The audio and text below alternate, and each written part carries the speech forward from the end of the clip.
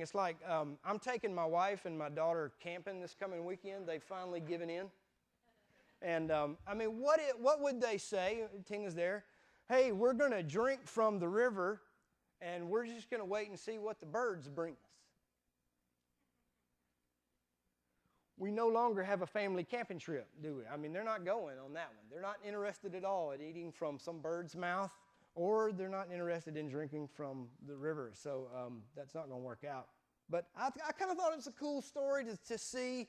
You know, you go out in the morning and, you know, there's a crow outside your tent with a biscuit in his mouth, you know. And then another one flies in and he's got sausage, you know, and it's like, sweet, this is perfect, you know. So it's a neat story. It's a cool story, but it's a nasty story. And this went through my mind as I was reading this, because I'm a pastor, and I've been a preacher since I was about 19, and I'm really old now. Since last week, I've been 43. You know what's crazy is when I got into the ministry, there was a guaranteed salary. When I got into the ministry in the Methodist Church, this is what they tell you. As long as you're a Methodist, you will have a guaranteed appointment, a guaranteed church. And if we don't have a church for you, we'll put you somewhere, pay you a salary.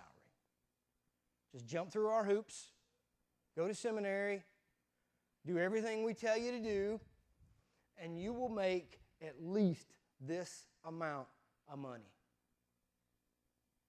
Anybody else? You kind of going after? I mean, somewhere in life you're looking for a certain salary. I mean, right? We got to have a certain amount of money to live. Right? You know, and I wonder, because now things have changed for me, and now things don't make sense in the way that they used to. If God would have come to me and said, Mike, you're going to drink from the creek and you're going to eat from birds.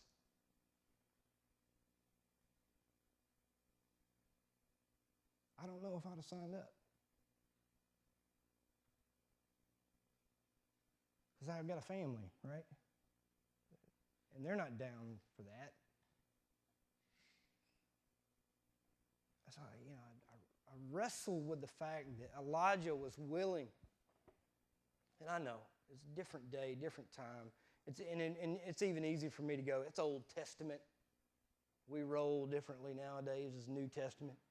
Thank God Paul threw in there, an ox is worthy of his feed. You know, I guess I'm an ox or a jackass or something, you know. I'm worthy of my grain.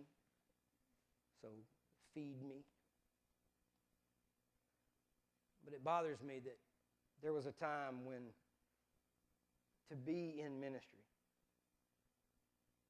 to do what God wanted you to do,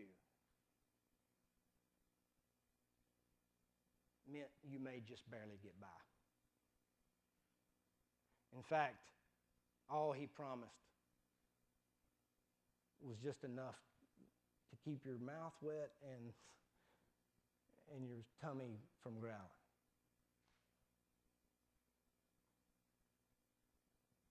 Man, I'm so spoiled and I'm so used to my way of life.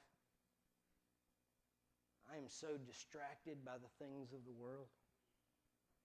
Man, I talked to somebody in my family yesterday and I asked them how much their pastor made. And I was like, what?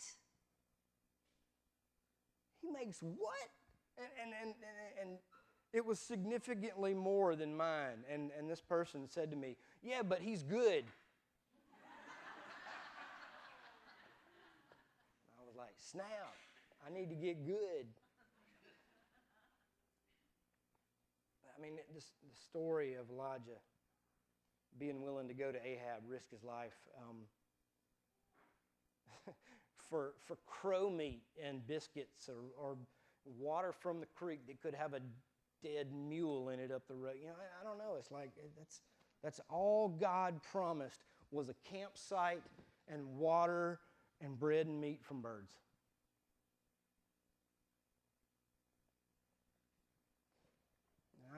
don't know, I don't know if I'm down with that. Anyway, that's kind of the first part of the story. But anyway, let's jump back into the story at verse 7. Sometime later, the brook dried up. Hey, great. Half my salary's gone. It was just water and some biscuits and crackers from crows, and now the water's dried up. Awesome. Why? Because there hadn't been any rain in the land. Duh, it was a drought, and so it was bad, and even the prophet felt it. And then the word of the Lord came to Elijah and said, "Go at once to Zarephath of Sidon and stay there. I have commanded a widow in that place to supply you with food." Well, all right. Now we're back on the right track. Okay? So he went to Zarephath, and when he came to the town gate, a widow was there gathering sticks. I don't know if he knew that was her, but he called out to her anyway, and he said, "Hey, would you bring me some water in a jar, mason jar, please, so that I can have a drink?" And as she was going to get it, he also chimed in, and would you please bring me a piece of bread? Verse 12. This is the widow speaking, and she says, "As surely as the Lord your God lives, I don't have any bread. Only a handful of flour in a jar and a little oil in a jug. And I'm gathering up a few sticks to take home and make a meal for myself and my son, that we may eat it and die." And Elijah said to her in his best evangelist voice, "Do not be afraid. Go home and do as you have said. But first, make a small cake of bread for me from what you have and bring it to me. And then you can make something for yourself and your son. For this is what the Lord God of Israel says: the jar of flour will not be used up, and the jug of oil will not run dry until the day of the Lord gives rain on the land." She went away and she did it. So there was food every day for Elijah and for the woman and her family. For the jar of flour was not used up, and the jug of oil did not run dry, in keeping with the word of the Lord spoken to Elijah. Let me back up. This woman lived in a part of the world in that area that was no longer controlled by the Hebrews or the Jewish people. This was a pagan part of the land. You understand that? That's why she said, "Look, man, by the word of your God, I don't have anything. Let me just tell you, I'm swearing by your God's name. I'm broke." So she didn't believe, did she? I mean, she didn't grow up in the Hebrew culture. She didn't have any idea of the God that he was talking to. But the God of Elijah was talking to her. Did you catch that? Because it said that God was speaking to a widow and was telling her that there'll be this prophet guy to come by, and I want you to feed him. And that's crazy to me. I mean, it's like, is God actually out among heathen people? Wait a minute. God's here in church with all us religious people, right? God's here where the good people are. God's not off in some foreign land where they don't believe in him, is he?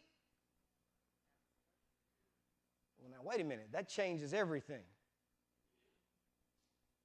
Because if you really believe that,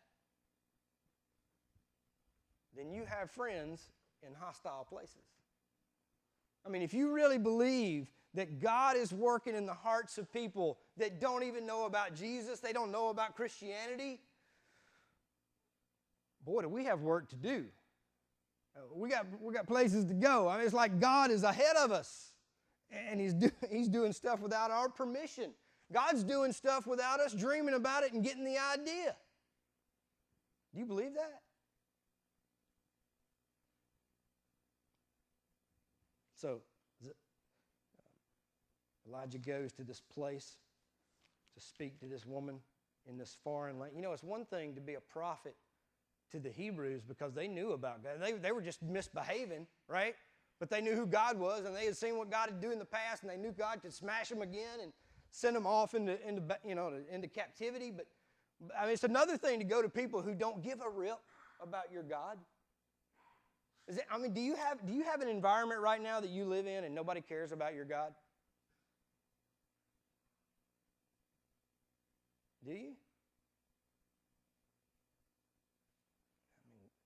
Here God is, not only does he dry up the dude's creek, he sends him into hostile territory. And now he's kind of out on a limb. And so here's this widow. And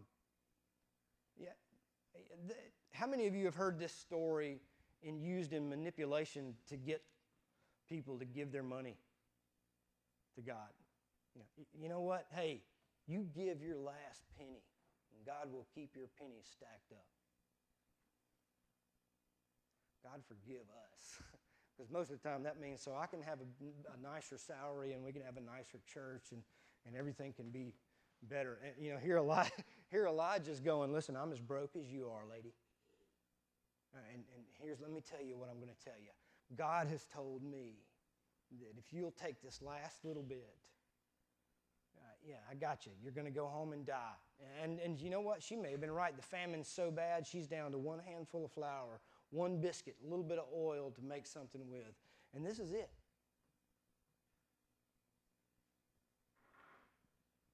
And Elijah says, give it to me first. Man, I don't know. Arrogant preachers, huh? You give me your last bit. Here's the danger in that. The danger is if I ask you to do something and God hasn't told me to tell you to do it, I'm the one held accountable.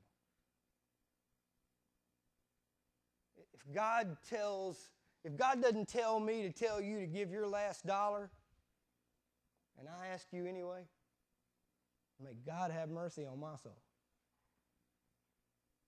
Amen?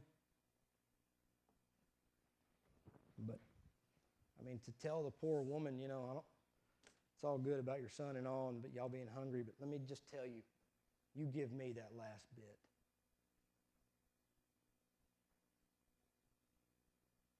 This woman kind of has this, she has a breakdown. She says, look, you don't understand my situation. This is the bottom. This is the end of it. There is no more once this is gone. And there is nothing left for me but just to die. She did it. And I remember, do you remember this story? And some of you don't remember the story. I just think it's a cool image. It's like there's this jar on the cabinet or in the cabinet. And it's got this much flour in it. And then there's another little jar that's got this much oil in it. And she used it to make this biscuit. And it magically reappeared. It's a miracle, right? Either that or it's self-rising flour. And it resurrected itself. So, but there it is again. And it's not just enough for her. It's enough for her and her son. And as long as Elijah was there, there was enough. And that's it. No cake. It wasn't like birthday cake. It wasn't like somebody brought steak over. It wasn't like they celebrated this feast of awesomeness. They just had enough to get by.